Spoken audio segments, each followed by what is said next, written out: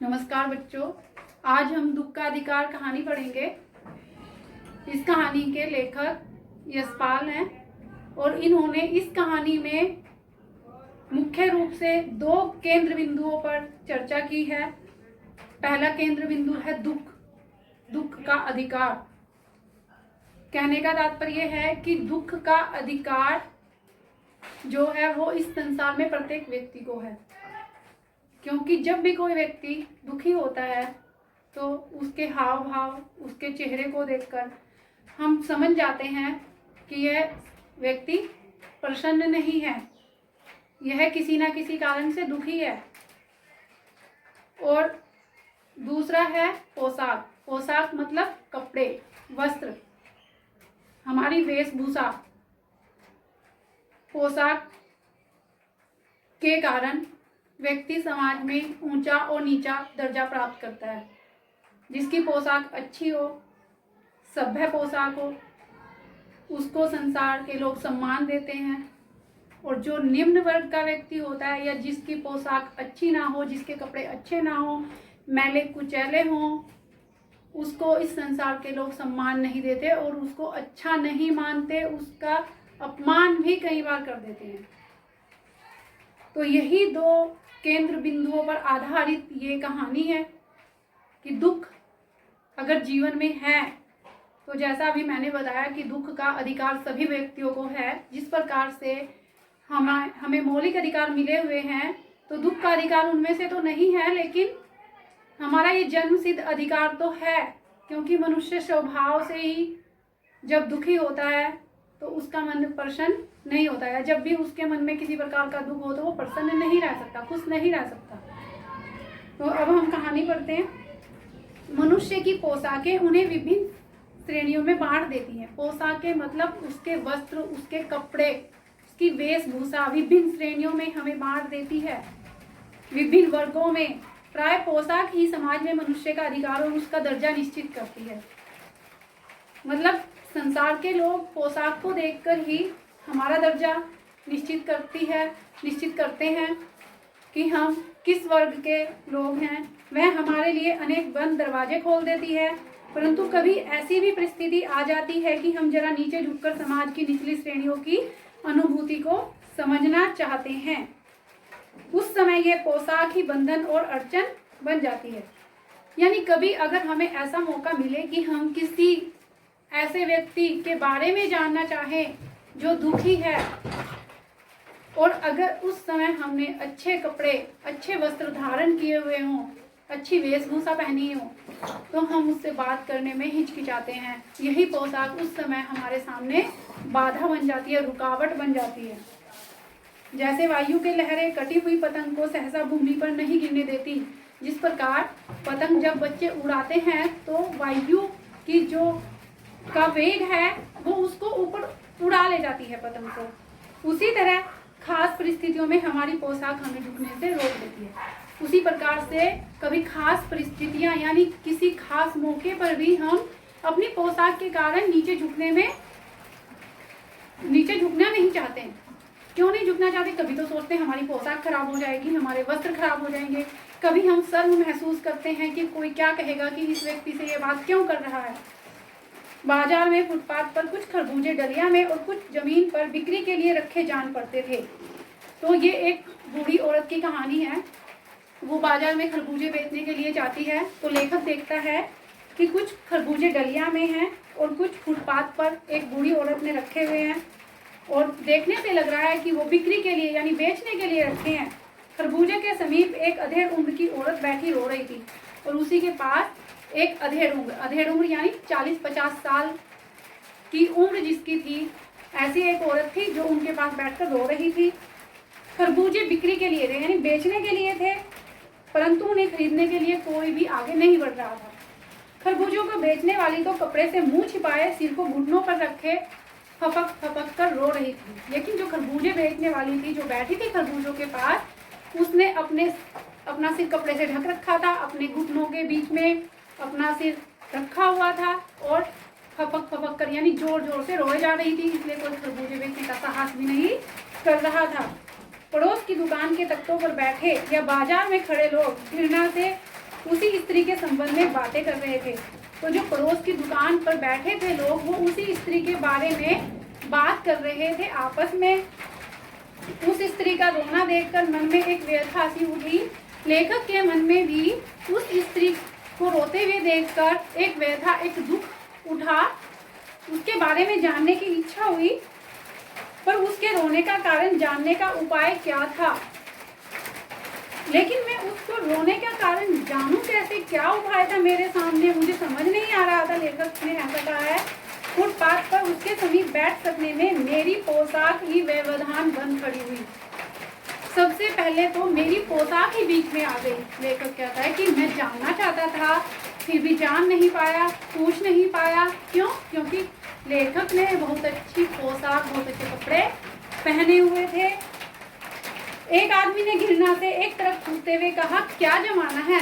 तो वहीं लेखक क्या देखता है, एक आदमी थूकता है और नफरत के भाव से गुड़िया की तरफ देखता है और कहता है, क्या जमाना। जवान लड़के को मरे पूरा दिन नहीं बीता और यह बेहया दुकान लगा के बैठी है। यानी एक दिन अभी बीता नहीं है जिस दिन उसके बेटे की मृत्यु हुई थी, उससे अगले दिन वो सुबह सवेरे खरबूजे बेचने बैठ गई थी। तो इसलिए वो कहता है कि पूरा एक दिन भी नहीं बीता और ये बेहया मतलब बेशरम खरबूजे बेचने बैठ गई। दूसरे साहब अपनी ऐसे दाढ़ी खुजाते हैं और कहते हैं, जैसी नीयत होती है ऐसी ही बरकत होती है। सामने के फुटपाथ पर खड़े एक आदमी ने दिया सलाई से अपना कान खुजाया। दिया सलाई मतलब माचिस की तीली से कान खुजाया। अरे, और कहने लगा, अरे इन लोगों का क्या है, ये कमीने लोग रोटी के लिए अपने जान दे देते हैं। इनके लिए बेटा बेटी, खसम लुगाई, धर्म, ईमान सब रोटी का टुकड़ा है। यानी ये किसी की परवाह नहीं करते, इनके मन में कोई दुख नहीं है, इनको तो बस रोटी चाहिए, रोटी के लिए कुछ भी कर सकते हैं। पर वो जो उसके आसपास वाले व्यक्ति थे, वो उसकी मजबूरी नहीं समझ रहे थे। जो बूढ़ी औरत थी, उसकी मजबूरी थी, उसका जवान बेटा था जो मर चुका था। अब आगे हम पढ़ते हैं। परचून की दुकान में बैठे लाला जी ने कहा, अरे भाई, इसके लिए मरे जिए का कोई मतलब न हो, इनके लिए मरे जिए का कोई मतलब ना हो, पर दूसरों के लिए धर्म ईमान का तो ख्याल रखना चाहिए। जवान बेटे के मरने पर 13 दिन का सूतक होता है और वह यहाँ पर बाजार में आकर खरबूजे बेचने बैठ गई। 1000 आदमी आते जाते हैं, कोई क्या जानता है कि इसके घर में सूतक है। कोई इसके खरबूजे खा ले तो इसका ईमान धर्म कैसे, उसका ईमान धर्म कैसे रहेगा, क्या अंधेर है। तो वो जो परचून की दुकान पर बैठा, वो क्या कहता है कि भाई 13 दिन का सूतक होता है किसी की मृत्यु पर।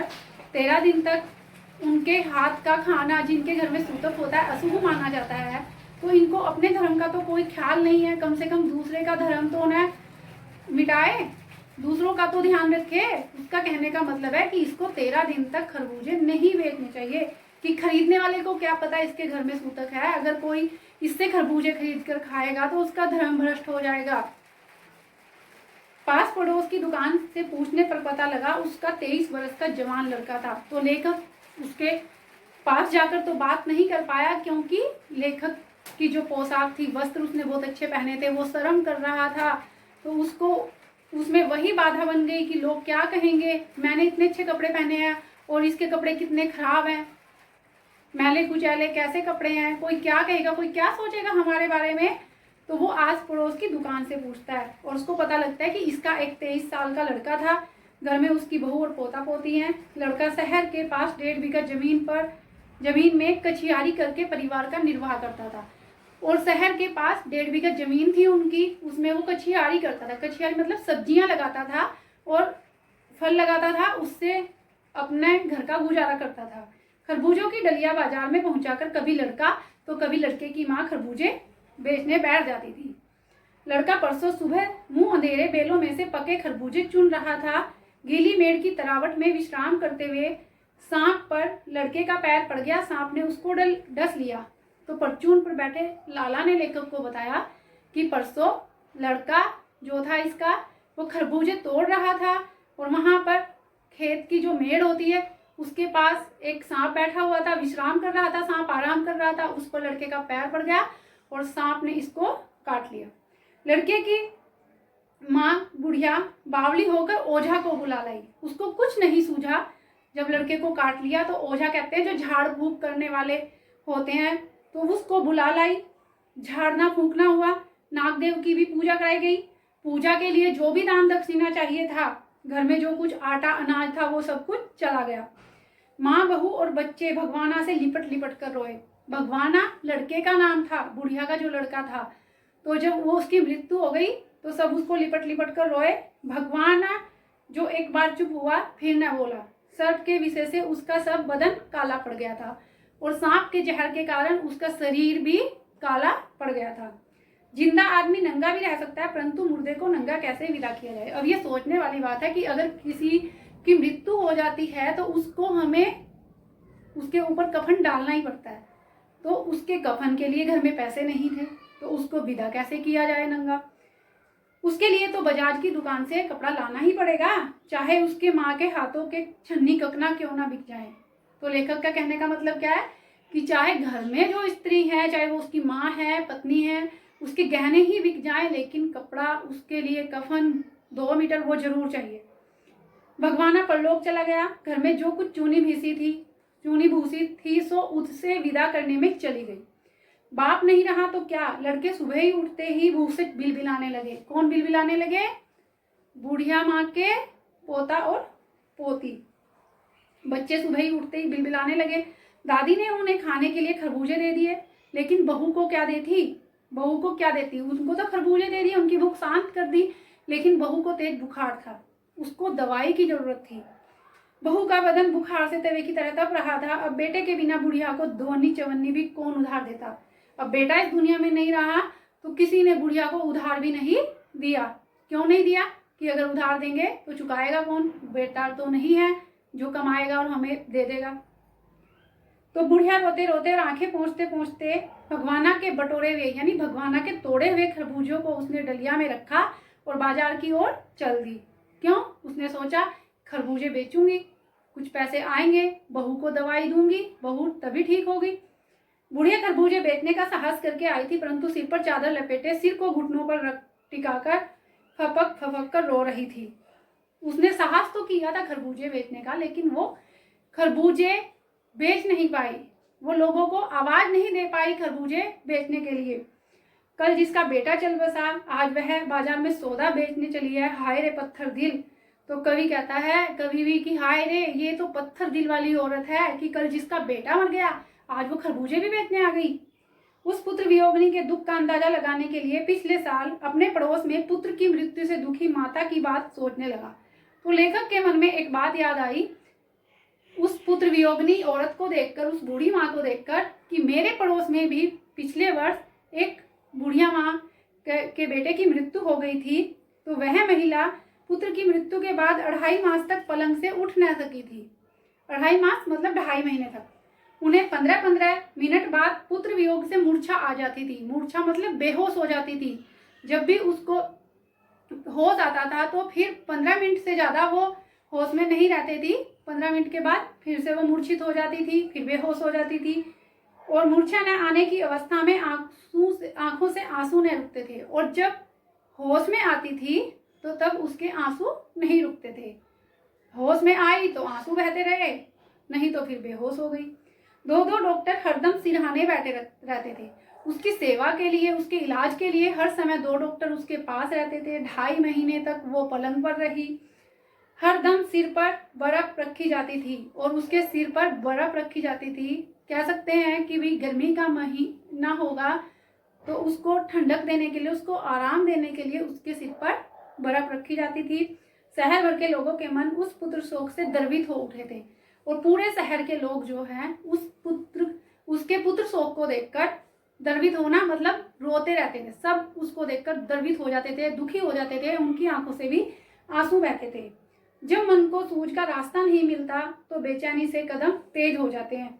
उसी हालत में नाक ऊपर उठाए राह चलतों से ठोकरे खाता मैं चला जा रहा था, सोच रहा था।